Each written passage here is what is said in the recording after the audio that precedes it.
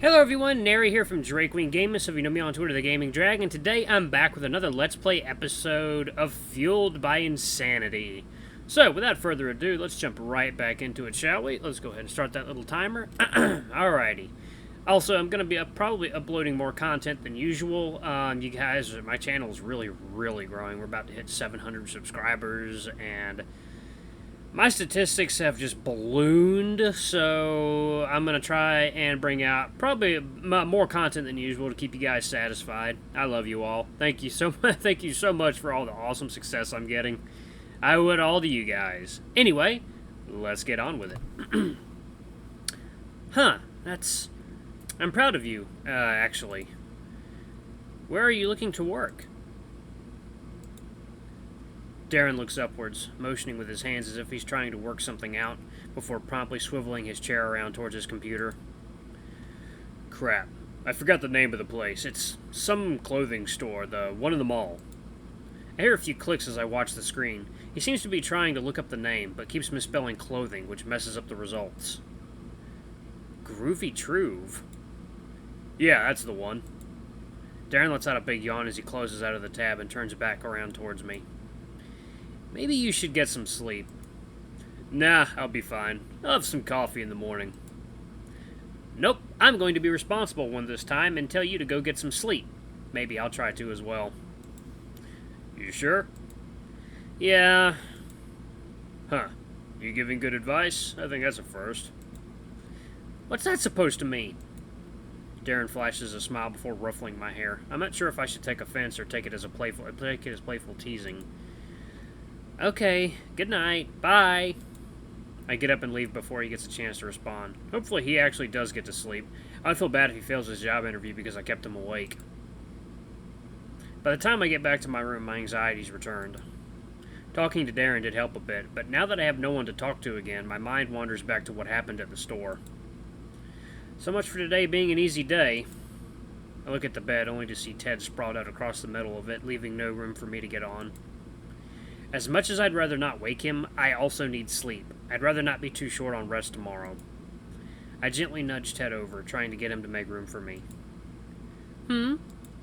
Sure enough, he wakes up. Whoops. Can you move over so I can get on? Whoopsie! I probably messed that up. Ted's eyes fix on me for a few seconds as he seems to be trying to process what I've asked. He then looks down towards the bed he's lying on before realizing. Without saying anything, he rolls over onto his side, facing the wall, making plenty of room for me to get on. Unfortunately, he also takes most of the blanket with him as he does. Blanket hog. I make my way onto the bed and tug at the blanket several times until he lets go of it, leaving me with enough to cover up with. Oh, the downsides of sharing a bed with someone. On the bright side, despite my mindset, it doesn't take me too long to fall back to sleep. Oh dear. This is Parker's home. Something's wrong. The door's open. The carpet's covered in something. I think it's bleach. Though the smell isn't quite enough to cover up the foul stench coming from inside. I remember this. It's vague, but I can't forget. This was the next day after. I step inside. Everything's out of place. It looks like a war zone. There's broken glass around, and the furniture seems to have been slung around the room at random. I make my way into the bedroom. What's left of it, at least.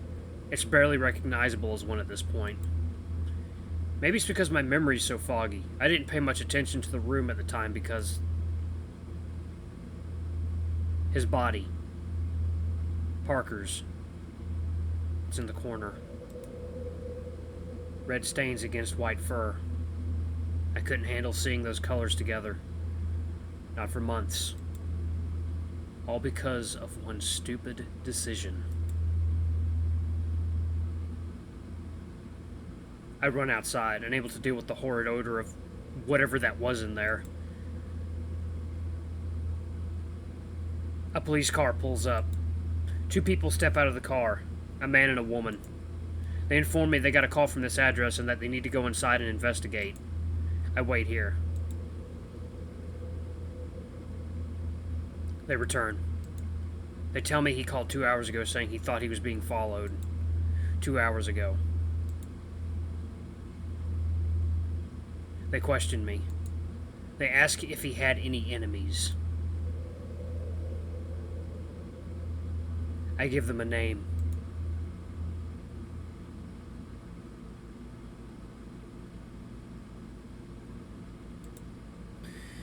Whew, that was intense. It's morning already. I look around to see Ted sitting up, leaning against the bed frame with a book in his hand. No, sorry. Did I wake you up? I stare at the book he's holding. It's the same one he was reading yesterday, the mystery novel Darren lent him. The book doesn't look very thick, but I'm surprised to see he's already halfway through. You read fast. Huh? I stretch out, still lying down as I gaze up at him. Didn't you just start reading that yesterday? You said you were only on chapter 3, right? Oh, yeah, I've been awake several hours and didn't have anything else to do. I didn't want to wake you up. What time is it? I think it's almost 11. Already? Yeah, is that a bad thing? I quickly scramble up out of the bed, looking around. We've only got an hour left to get there. Get where? Oh, right, I forgot to tell you yesterday. I'm going to meet up with some of my friends today. Darren, kind of put me on the spot, and then things kind of got organized. I was wondering if maybe you wanted to go with me? I would have asked Darren to, but I know he has a job interview today. Sure, I guess. I don't really have much else to do. Awesome! We should probably get going. Where are we going, anyway? To meet up with friends. I just told you. No, I mean, but... Where? Oh, the usual spot. I smack my face with my hand as soon as I realize how unintentionally vague I'm being. I mean, well, it's not really any sort of special place or anything. It's just a place outside near the town center. It's got a bench.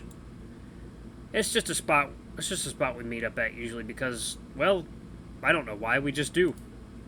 So, we're going to a bench. Sounds fun. When you put it that way... Anyways, we should probably head out so we can get there on time. How far away is it anyway? It's about a 20-minute walk.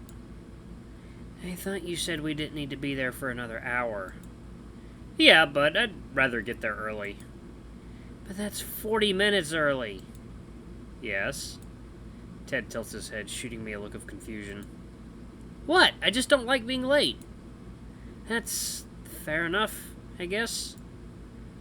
So we're just going to wait there for half an hour. Yeah. Usually I wait there by myself until people show up, but this time I'll have you with me.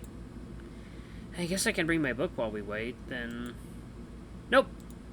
Ted pauses, seemingly trying to work out if I actually just told him no. Ooh, why not? Because I want you to entertain me while we wait, obviously. You can't just ask me to be your entertainment. I know he's trying to convince me, but I can also see him struggling to hold back a smile as well. Sure I can. I'm in a good mood this morning. That makes me justified. Sure enough, he can't hold himself back from giggling at my antics. I don't think that's how it works.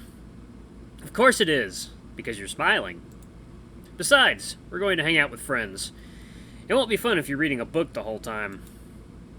But I don't know your friends. Yeah, but you know me. Come on, let's go. But we're going now. Ted and I walk side by side as I lead us through the familiar route I've taken countless times in the past. Normally, I don't have anyone to talk to, so it's a nice change of pace. So, what are your friends like anyway? What do you mean? What are they like? Like, what should I expect when I meet them? You haven't told me anything about them. Oh, well, we're going to be meeting up with Sean, Marshall, and Tracy. Marshall's really nice. I don't think I've ever seen him once get angry. I don't even think that's possible. So you're saying he's a robot? Possibly. Oh, yeah, he does volunteer work at Hos, whatever the place is called where people go when they're going to die. You mean a hospice center? Yeah, that. That's, kind of a morbid thing for you to look so happy about. Well, when you put it like that. I just think it's a nice thing for him to do. Is there any particular reason he's volunteering? I don't know. Maybe. I've never asked. Oh, right. There's also Sean. We were best friends for a long time. He's really cool and outgoing and friendly. He's really good at listening, too. You can talk to him for hours and he'll never tell you to stop. Though I may have gone too far with that a few times. But he's really cool, and like, he's a little chubby, but he carries it well, and... You have a crush on him, don't you? Ted pokes my cheek as he asks, making me feel embarrassed by how easy I am to read. No. You're blushing. No, I'm not.